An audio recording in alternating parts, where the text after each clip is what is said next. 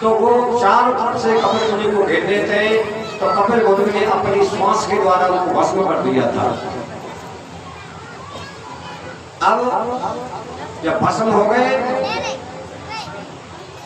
क्योंकि वो राजा सगर अपने पुत्रों को नहीं बचा पाया, क्योंकि वो रावण एक तक सभा तक ना थी, उनको भी नहीं बचाया पाया। असत्य और सत्य में बहुत फर्क होता है माता बहन भाई। किसी को तुम दोषी ठहरा दो, तुम निर्दोषी है, तो आपको ये दंड भुगतना पड़ता है। बोलो राधे राधे। इसलिए मेरी निवेदन है, ध्यान से कथा को सुनेंगे। मेहनत कर रहे हैं आप लोग, कुछ तो 100 बात में तो 10 बात याद रखो।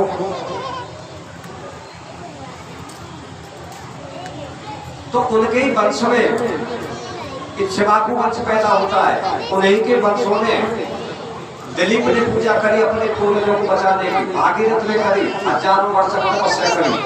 कहते हैं ना गंगा को आनंद भागीरथ के सिर पर, इसलिए छोटी कथा कर दी हमने, क्योंकि विस्तार से सुनिए तो ये भागवत 7 वर्ष में भी पूरे नहीं होगी। उनके वंशों का वर्णन किया जाता है।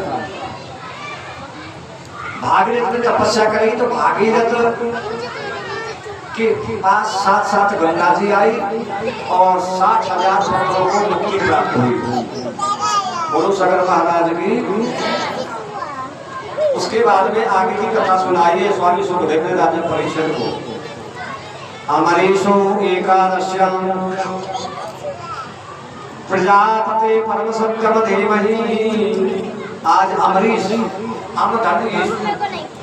अमरीश एक ईश्वर है। बोलो एकादशी माता की। कथा तो एकादशी को चालू हुई थी ये 8 तारीख को, लेकिन इसमें कथा अमरीश की आती है एकादशी की। आज अमरीश एकादशी को उद्यापन करना चाहता है और वहां द्वादशी लगने वाली पराण होता है, तो वहां पर एकादशी में विघ्न डालने वाले परीक्षा लेने को आ जाते हैं। क्या नाम था किसी का बताया आपको? बताया किसी को? आज भी कामन में मंदिर बना हुआ, लेकिन नाम बताओ क्या नाम था? दुर्वासा। क्या नाम था? दुर्वासा ऋषि महाराज की।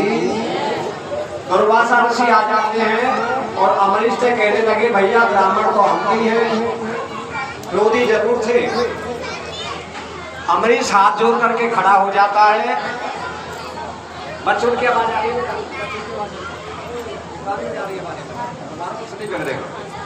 शांति से रखो, बच्चों से प्यार हम भी करते हैं, लेकिन आवाज नहीं आनी चाहिए। दुर्वासा ऋषि कहने लगे हे अमरीश हम भी ब्राह्मण हैं, कर जोड़े सो ऋषभ विनीता। अमरीश हाथ जोड़ करके एक ही पैर पे खड़ा होकर के नतमस्तक हो जाता है, क्योंकि दुर्वासा ऋषि को साधारण नहीं थे, बहुत बड़े ब्राह्मण थे। तो उन्होंने जान मान करके लेट किया, परीक्षा ली अमरीश की। और क्या हुआ? पराण का समय आ गया जी। जब पराण का समय आ जाता है तो ब्राह्मण बोले 27 ब्राह्मण बैठे, महाराज थोड़ा आचमन कर लीजिए, इससे पराण तो हो जाएगा। समय को ज्यादा न लेते हुए अमरीश ने थोड़ा गंगा जल लिया और आचमन करने लगे। तैसे ही दुर्वासा ऋषि आ जाते हैं। बोले राजा तू ब्राह्मणों को झूठा भोजन खिलाता है, तू दानी नहीं है। अमरीश थर-थर कांपने लगा, सभी ब्राह्मण डरने लगे। राजा तैने एक झूठे हाथ से ब्राह्मणों को भोजन खिलाना, इसलिए तेरी एकादशी में हम नहीं आएंगे। राजा घबरा जाता है, नेत्रों से आंसू बहने लगते हैं। उसके बाद भगवान ने देखा कि दुर्वासा ऋषि क्रोध कर रहे हैं। क्रोध इति कृत्या, क्रोध से क्या होता है? कृत्या। आदमी को जब क्रोध आता है ना, थोड़ा सा बालों में तक हो जाता है। तो दुर्वासा ने कहा कि अमरीश को मार दो तुम कृत्या। एक राक्षसी पैदा करी दुर्वासा ने अपने शरीर में से। इतने बड़े ज्ञानी थे, संस्कार शक्तिशाली थे। जैसे ही वो कृत्या मारने को दौड़ी है अमरीश को, तैसे ही भगवान श्री कृष्ण को सुदर्शन चक्र आया। बोल बाकी बिहारी लाल की। उस चक्र ने उस कृत्या को भस्म कर दिया है।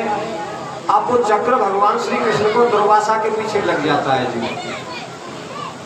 तो दुर्वासा ऋषि 1 महीना तक ब्रह्मलोक में गए, शिवलोक में गए, चारों तरफ गए, तब नारद जी से भेंट होती है।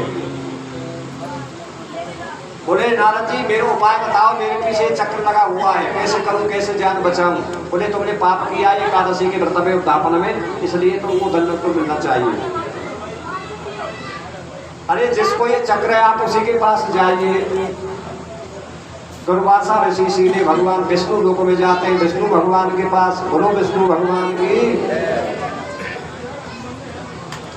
तो पता है क्या कहती है हमारी रामचरितमानस? भगवान कहते हैं जो मेरे सन्मुख हो जाता है जीव, वो जन्मों जन्मों के पाप दूर कर दूं। लेकिन हे दुर्वासा ऋषि, अहम पराधीन तुझे, मैं भक्त के वश में हूँ, इसलिए मैं तुम्हारी कोई मदद नहीं करूंगा। आप सीधे अमरीश के पास जाइए। मेरे भगवत प्रेमियों, उसी समय पे दुर्वासा ऋषि अमरीश के द्वार पे गए। अमरीश की इच्छा से खड़ा होता है और वहाँ चरणों में पड़ जाता है। तब उनको एकादशी को उद्यापन पूरा हुआ। बोलो दुर्वासा ऋषि महाराज की जय। अन्न पैदा हुआ, अनंत पैदा हुआ, मारुत पैदा हुई, नाभि पैदा हुई, नाभि से कमल पैदा हुए, कमल से ब्रह्मा पैदा हुए। इस सूर्यवंश में अज पैदा हुए, अज के दशरथ हुए, दशरथ की 3 रानी आई महाराज, कैकेयी, कौशल्या और सुमित्रा। एक बार भूपत मन माही, और भई गिलान मोरे सुखनाई। सुखदेव स्वामी बोले हे राजा परीक्षित, राजा दशरथ के गिलानी भाई कि मेरे कोई संतान नहीं है, अब कैसे करूं? सीधे जाकर के श्रृंगी ऋषि के पास गए। श्रृंगी ऋषि वशिष्ठ बुलावा, पुत्र काम तब यज्ञ करावा। श्रृंगी ऋषि के पास जाकर के, अयोध्या से एक मखोटा गांव पड़ता है। बोलो राधे राधे। ध्यान से सुनना, अयोध्या से अगला गांव पड़ता है 14 किलोमीटर मखोटा। नहीं तो प्रमाण दिखा देंगे आपको। उस मखोटा गांव में नदी के तट पे श्रृंगी ऋषि और वशिष्ठ ऋषि ने यज्ञ किया। तब कहा धीरज धरो होए सो तो चारी, प्रभु भगत भगत भयहारी। गुरुजी बोले हे राजा दशरथ, में से खीर को कटोरा आए हुए। फिर गुरुजी क्या बोले, इस खीर में से क्या करेगा पता है? बोलो राधे राधे। पीछे वाले भी सुन लो, या पानी मत बांटो, कुछ कथा भी सुन लो। गुरुजी क्या कहने लगे, अर्धभाग कौशल्याय देगा, भाग आधो कर देना। गुरुजी कह रहे हैं राजा,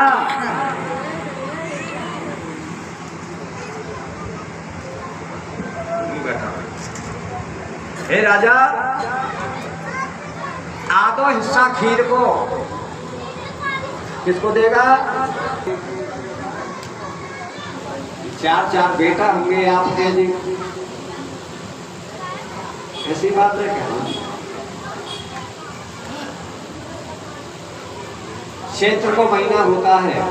बोलो राधे राधे। आज ध्यान से सुनना, हर साल बताता हूँ आपको। पता है राम को जन्म कौन से बार को हुआ था? कौन सा बार था जी? है जी? जिनको पता है वो हाथ उठा दो, नहीं तो बताएंगे। मंगलवार।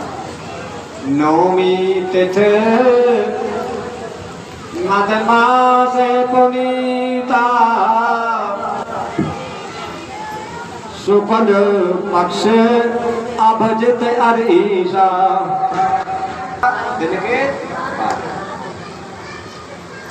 और कृष्ण का जन्म कब हुआ था? रात के 12 बजे।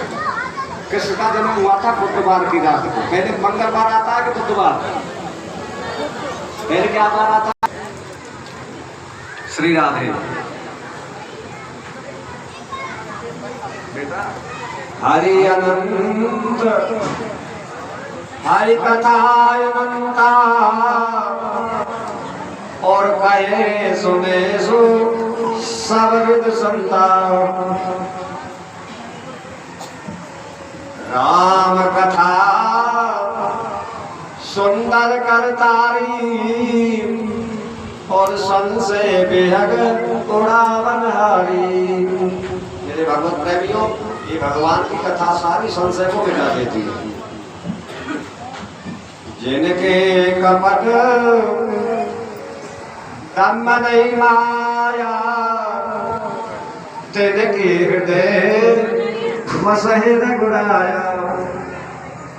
जिनके कोई पाखंड नहीं है, जिनके कोई मेरी सुनता नहीं, आपका कुछ नहीं है, आप तो कब्जा बना करके बैठे हो। अर्जेंट बाबू यहाँ कोई न रहा परमानेंट बाबू। एक दिन जानो पर अर्जेंट बाबू यहाँ कोई न रहा परमानेंट बाबू।